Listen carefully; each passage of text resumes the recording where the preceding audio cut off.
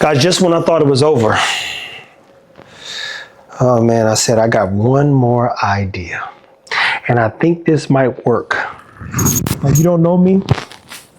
Actually, pretty afraid of people knowing my government name. It's personal. And I don't have a bad name. I mean, my mom named me Trevor. So you say, hey, Trevor, how's it going? I'm like, man, who told you my name? How you know that? But I've started tons of things and I've learned from everything. And what I enjoy about kind of talking about success is all the missed and failed opportunities. So I'm going to walk you through my life and how we got to this point. If you know me from dogs, you know that we take care of our dogs. If you know me from whiskey, I'm still learning. If you know me because you met me, thank you. Probably learned something from you, and I know you learned something from me. And I said, man, I think there's another opportunity to connect people to my life through kind of just sharing a story, but I can't manage it all. So we're going to put some stuff out there to keep you guys motivated and inspired, because I think we're onto something and this might work. Stay tuned. So when I was a kid, to be very clear to you guys, I'm telling you everything, and I do mean everything. There's nothing that I'm leaving off the table. So maybe one day this helps someone who looks like me or who has been through similar things. I didn't have great dreams and aspirations. And as I began to grow up, my father, if I'm being clear, he forced me to become something that I didn't understand. And I'll tell you this, Jamarcus asked me a question. He said, hey, do you think your dad loved you? I said, not at all. My dad treated me the way he treated me out of fear.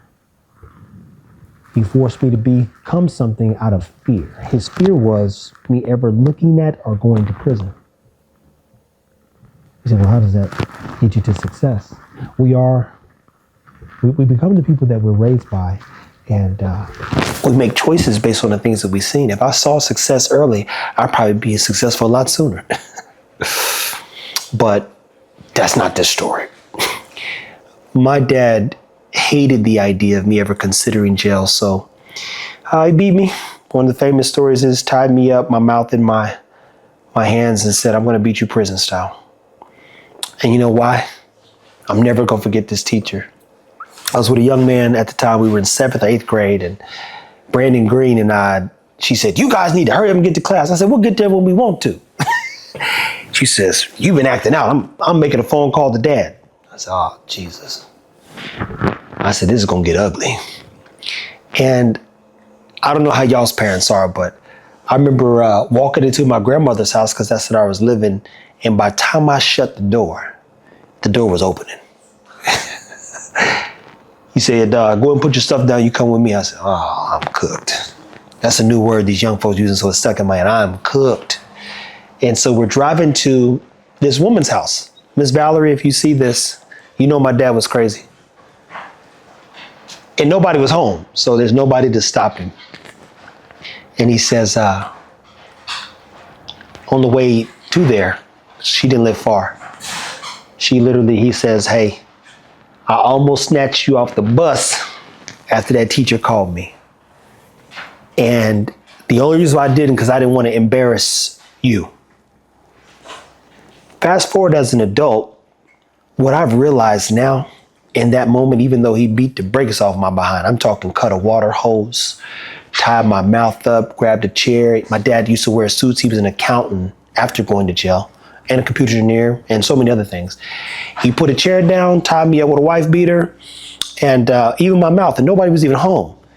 Had his foot on my back, and I can hear the sound of that water hose. Go out there and grab a water hose. Remember these kids and little twirl things, and it makes that sound? That water hose, whack out. I'm talking sweatpants full of blood sticking to my sides. He beat me so long.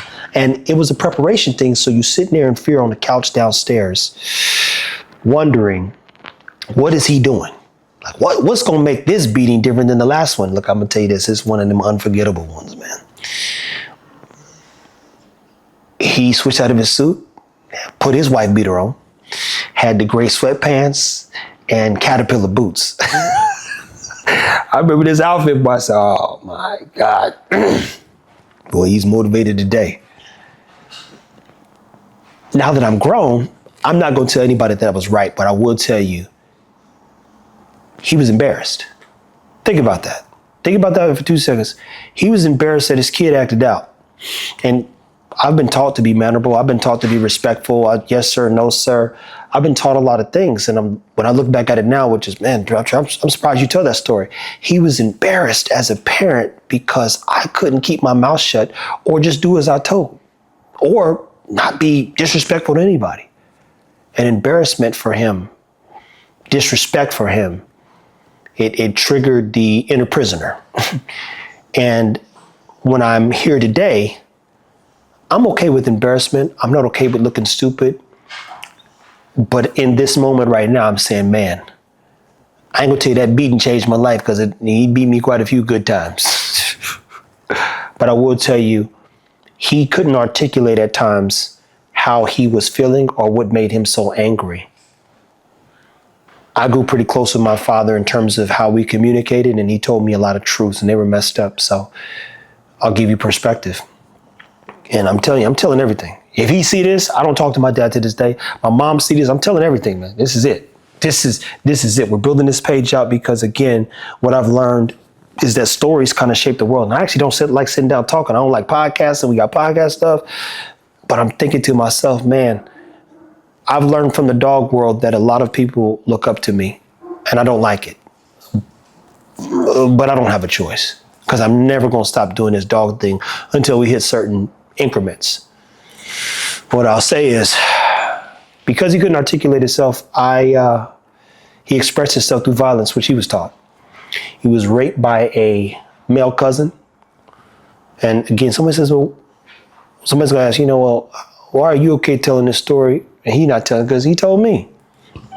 Me and my dad don't talk. I'm telling you what shaped him, which does not give him excuse. And he felt abandoned from his parents. And in that abandonment that started at a young age, he lived in pain, a kind of pain that you can't explain. And he struggled with communicating that pain and managing that pain and dealing with the frustration at times. So in his frustrated moment, he acts out because he went to jail for 7 years and some change. And he had to be violent in there. And he taught me a level of violence that, you don't practice to this day. And all these things that I learned at a very young stage are how I learned to be so clear today. Fear is not a factor in this thing because I have what you call a unwavering faith. And I think my faith is also my downfall. And the downfall is, this worked. I think that's enough. But you can't quit. You can't give up. You have to keep pushing. And I'm struggling. Social media has done something to us all. And now I'm out there exposed. I'm exposed. I'm deal with high levels of anxious, I guess you call it anxiety, because of this social media thing. And the one thing that he gave me above everything was a belief in myself that I could do anything. And he then walked me through the tools. I think he's eating his poop. I think he took a crap and look guys, this is in real time. I can smell dookie and I think this fool's eating it. Did he have a blowout? This nasty fool. That joker is disgusting. Didn't say nothing or nothing, guys. That poop sneak around the corner and hit you in your nostrils. And you're like, yep, we do dogs here, and it gets shitty. It gets shitty. But the premise of me telling my story and walking through start to finish what shaped me, what made me, what can't and will not stop me, is to help you guys try to stay a little motivated. I don't need motivation.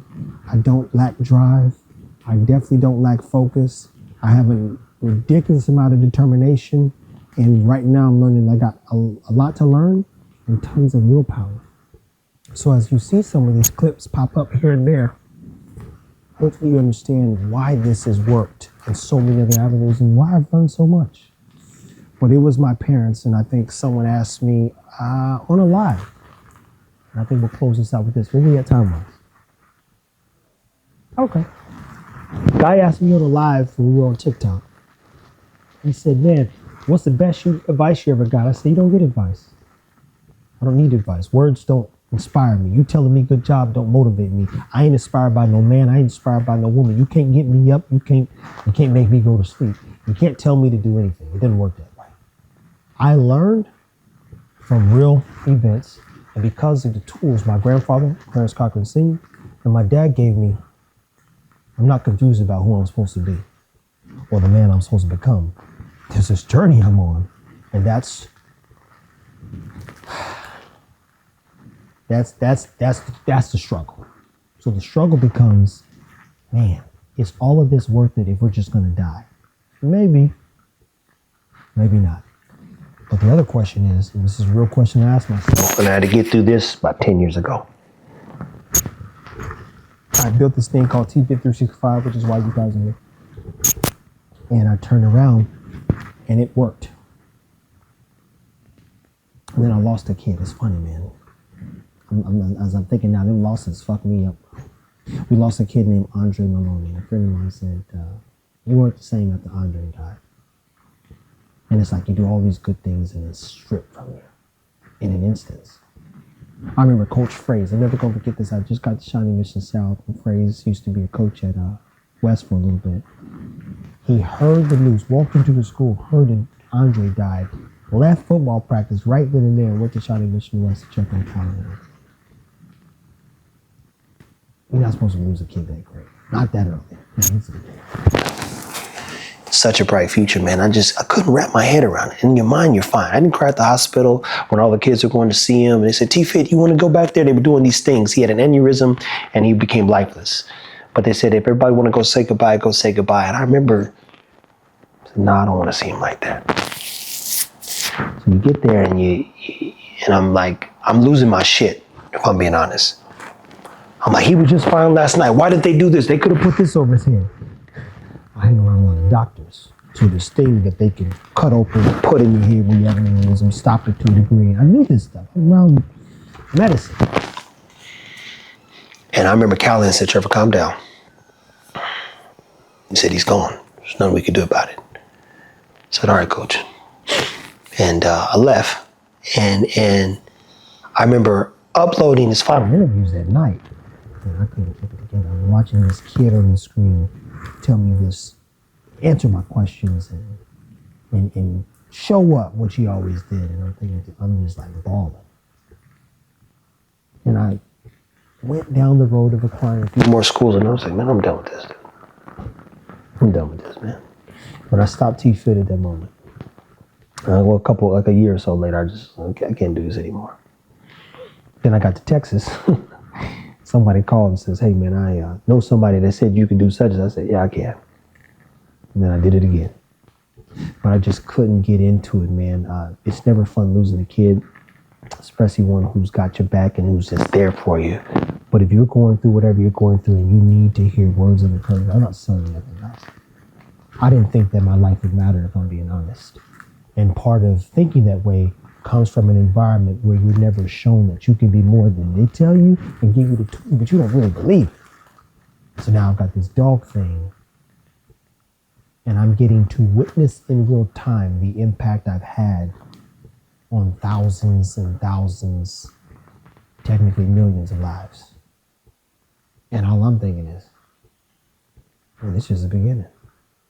Stay tuned, people. Be encouraged. Stay motivated.